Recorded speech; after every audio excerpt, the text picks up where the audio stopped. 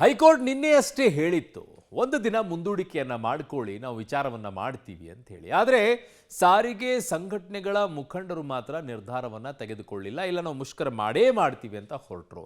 ಅದರಲ್ಲಿ ಎರಡು ಬಣಗಳು ಇರೋದ್ರಿಂದ ಒಂದು ಬಣ ಹೋರಾಟ ಮಾಡಿತು, ಒಂದು ಬಣ ಕಾರ್ಯರೂಪಕ್ಕೆ ಇಳಿತು.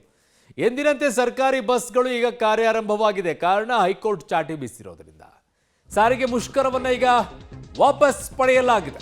ಹೈಕೋರ್ಟ್ ಚಾಟಿಯ ಬೆನ್ನಲ್ಲೇ ಸಾರಿಗೆ ನೌಕರರ ಮುಷ್ಕರಕ್ಕೆ ಈಗ ಹೈಕೋರ್ಟ್ ಗರಂ ಆಗಿದೆ. ನಿನ್ನೆ ಹೇಳಿದ್ದನ್ನು ಕೇಳಬೇಕಾಗಿತ್ತು. ವಿಚಾರಣೆಯ ವೇಳೆ ತರಾಟೆಗೆ ತೆಗೆದುಕೊಂಡಿದೆ ಈಗ ಹೈಕೋರ್ಟ್.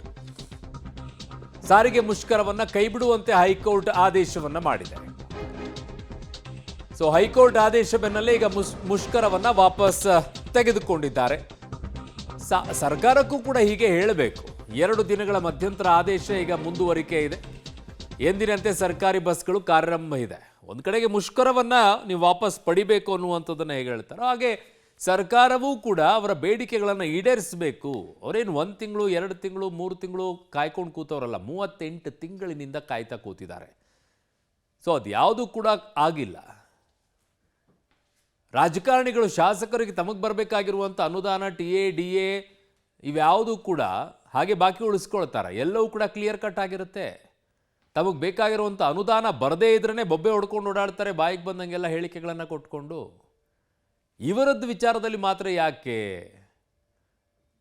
ಆ ರೀತಿಯಾದಂಥ ಬಾರ್ಗೇನಿಂಗ್ ಮಾಡೋದು ಯಾಕೆ? 38 ತಿಂಗಳದ್ದು ಬಾಕಿ ಇದೆ, 14 ತಿಂಗಳದ್ದು ಮಾತ್ರ ಕೊಡ್ತೀವಿ ಅನ್ನುವಂಥದ್ದು ಏನದು? ಈ ವಿಚಾರಣೆಯಲ್ಲಿ ಏನು ಮಾಡಿದ್ರು ಅಂದರೆ, ಯೂನಿಯನ್ಗೆ ಯಾರು ರೆಪ್ರೆಸೆಂಟ್ ಮಾಡ್ತಾ ಇದ್ದಾರೆ ಅಂತ ಅದೊಂದು ಕೇಳಿದ್ರು. Plus also government took a stand saying ಇಲ್ಲ, ಸ್ಟ್ರೈಕು ಇನ್ನೂ ನಡೀತಾ ಇದೆ, ಏನೋ 3-4 ಎಂಪ್ಲಾಯೀಸು ಇಲ್ಲ ಲೀವ್ ತೊಗೊಂಡಿದ್ದಾರೆ ಅಂತ ಹೇಳಕ್ಕೆ ಅಂತ ಹೇಳಿದ್ರು. 97% BMTC ಇಲ್ಲೆಲ್ಲ ವರ್ಕ್ ಆಗ್ತಾ ಇದೆ. ಬಟ್ ಆ್ಯಕ್ಚುಲಿ ಬೇರೆ ಡಿಸ್ಟ್ರಿಕ್ಟಲ್ಲಿ ಸಾವಿರಾರು ಜನ ಅಲ್ಲಿ ಸ್ಟ್ರೈಕ್ ನಡೆಸ್ತಾ ಇದ್ದಾರೆ ಇನ್ನ ಅಂತ ಅದೊಂದು ಕೋರ್ಟ್ ಗಮನಕ್ಕಂತೂ ತಂದ್ವಿ. ಅದಾದಮೇಲೆ ಕೋರ್ಟ್ ಅವಾಗ ಗರಂ ಆಯಿತು, ನೀವೇನು ಎಸೆನ್ಷಿಯಲ್ ಸರ್ವಿಸಸ್ ಆ್ಯಕ್ಟಲ್ಲಿ ಇದು ಮಾಡಿಲ್ವಾ ಏನು ಅಂತ. ಸೊ ಅದರಲ್ಲಿ ನಾವು ಹಾಕಿರೋ ಪೆಟಿಷನಲ್ಲಿ ಪಾಯಿಂಟ್ ಔಟ್ ಮಾಡಿ ತೋರಿಸಿದಾಗ ಅವಾಗ ಗೊತ್ತಾಯಿತು ದಟ್ ಇಲ್ಲ, ಎಸೆನ್ಷಿಯಲ್ ಸರ್ವಿಸಸ್ಸಲ್ಲಿದ್ದಾಗ ಸ್ಟ್ರೈಕ್ ಅಂತ ಮಾಡೋಕ್ಕಾಗಲ್ಲ ಅಂಡರ್ ದ ಪ್ರಾವಿಷನ್ಸು. ಆವಾಗ ಆ ಸ್ಟ್ರೈಕ್ ಮಾಡಿದ್ರು ಇಲ್ಲೀಗಲ್ ಸ್ಟ್ರೈಕ್ ಅಂತ. ಅದಕ್ಕೊಂದು ನೆಕ್ಸ್ಟ್ ಏನು ಪ್ರೊಸೀಜರ್ ಇರುತ್ತೆ, government has to take a stand, arrest ಮಾಡ್ಬೋದು if it's a illegal strike. So court actually ಒಂದು ಸ್ಟ್ರಿಕ್ಟ್ ಸ್ಟ್ಯಾಂಡ್ ತೊಗೊಂಡ್ಬಿಟ್ಟು ನೀವೇನಕ್ಕೆ ಅರೆಸ್ಟ್ ಮಾಡ್ತಿಲ್ಲ, ಹಾಗಂದರೆ if it's a illegal strike, once it's confirm that it's a illegal strike, you are suppose to take action. ಆಮೇಲೆ high court ಆದೇಶದಂತೆ ಸಾರಿಗೆ ಮುಷ್ಕರವನ್ನು ಕೈಬಿಡಲಾಗಿದೆ. ಇನ್ನು ಈ ಬಗ್ಗೆ ನಮ್ಮ ಜೊತೆ ಮಾತಾಡಲಿಕ್ಕೆ ಜಂಟಿ ಕ್ರಿಯಾ ಸಮಿತಿಯ ಪ್ರಧಾನ ಕಾರ್ಯದರ್ಶಿಗಳಾಗಿರ್ತಕ್ಕಂಥ ವಿಜಯ್ ಭಾಸ್ಕರ್ ಸರ್ ಇದ್ದಾರೆ. ಅವ್ರನ್ನೇ ಮಾತನಾಡ್ತಾ ಹೋಗ್ತೇನೆ. ಸರ್, ಈಗ ಹೈಕೋರ್ಟ್ ನಿನ್ನೆನೇ ಸೂಚನೆ ಕೊಟ್ಟಿತ್ತು, ನಿನ್ನೆನೇ ಮಾಡ್ಬೋದಿತ್ತಲ್ಲ ಈ ಕೆಲಸ?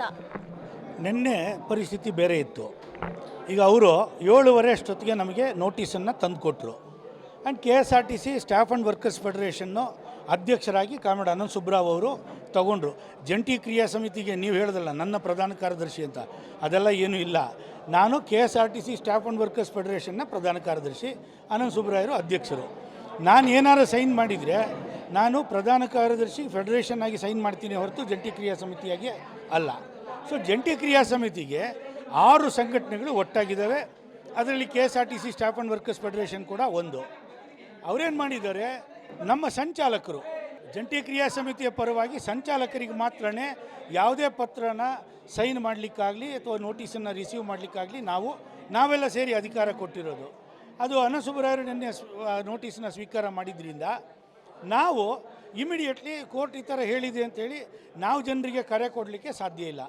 ನಾವು ಜಂಟಿ ಕ್ರಿಯಾ ಸಮಿತಿ ಸಭೆ ಕರೆದು ನಂತರ ಕೇಸನ್ನು ವಕೀಲರಿಗೆ ಒಪ್ಪಿಸಿ ವಕಾಲತ್ ಸೈನ್ ಮಾಡಿಕೊಟ್ಟು ನಮ್ಮ ಸಂಘಟನೆ ಪರವಾಗಿ ನಾವು ಕೋರ್ಟ್ ಮುಂದೆ ವಾದ ಮಂಡಿಸಿದ್ವಿ. ನಾವು ಸ್ಟ್ರೈಕ್ ನೋಟಿಸ್ ಕೊಟ್ಟಿದ್ದು KSRTC staff and workers federation ಅಲ್ಲ, ಸ್ಟ್ರೈಕ್ ನೋಟಿಸ್ ಕೊಟ್ಟಿರೋದು ಜಂಟಿ ಕ್ರಿಯಾ ಸಮಿತಿ. ಅದರಿಂದ ಒಂದು ಯೂನಿಯನ್ನು ವಾಪಸ್ ತಗೊಳ್ಳೋಕ್ಕೆ ಬರೋದಿಲ್ಲ. ನಿನ್ನೆ ಇದ್ದ ಸಂದರ್ಭ. ಓಕೆ ಸರ್, ಇವಾಗ ನೌಕರರಿಗೆ ಏನು ಕರೆ ಕೊಡ್ತೀರಾ? ಈಗ ನಾವೇನು ಹೇಳಿದ್ದೀವಿ, ಇವತ್ತು ಮಾತುಕತೆ ಕೋರ್ಟಲ್ಲಿ ವಾದ ವಿವಾದ ನಡೆದು ಕೋರ್ಟ್ ಭಾಳ ಸ್ಪಷ್ಟವಾಗಿ ಹೇಳಿದೆ, ನೀವು ಎಲ್ಲರಿಗೂ ಸಹ ನೋಟಿಸನ್ನು ಜಾರಿ ಮಾಡಬೇಕು. ಈ ಜಾಯಿಂಟ್ ಆ್ಯಕ್ಷನ್ ಕಮಿಟಿ ಏನಿದೆ, ಆ ಜಂಟಿ ಕ್ರಿಯಾ ಸಮಿತಿಯ ಎಲ್ಲ ಸಂಘಟನೆಗಳಿಗೂ ಸದಸ್ಯ ಸಂಘಟನೆಗಳಿಗೂ ನೋಟಿಸ್ ಜಾರಿ ಮಾಡಿರಿ ಅಂತ ಅವರಿಗೆ ಪೆಟಿಷನರ್ಸ್ಗೆ ಆದೇಶ ಮಾಡಿದೆ. ನಮಗೇನು ಆದೇಶ ಮಾಡಿದೆ, ನೀವು ಮತ್ತೆ ನಾಳೆ ಇದನ್ನು ಸ್ಟ್ರೈಕನ್ನು ಮುಂದುವರಿಸಿದರೆ ಸರ್ಕಾರ ಎಸ್ಮಾ ಪ್ರಕಾರ ಆ್ಯಕ್ಷನ್ ತೊಗೋಬೋದು ಅದೆಲ್ಲ ಹೇಳಿದೆ. ನಾವು ಕೋರ್ಟ್ ತೀರ್ಮಾನವನ್ನು ಗೌರವಿಸ್ತೀವಿ ಅಂತ ನಾವು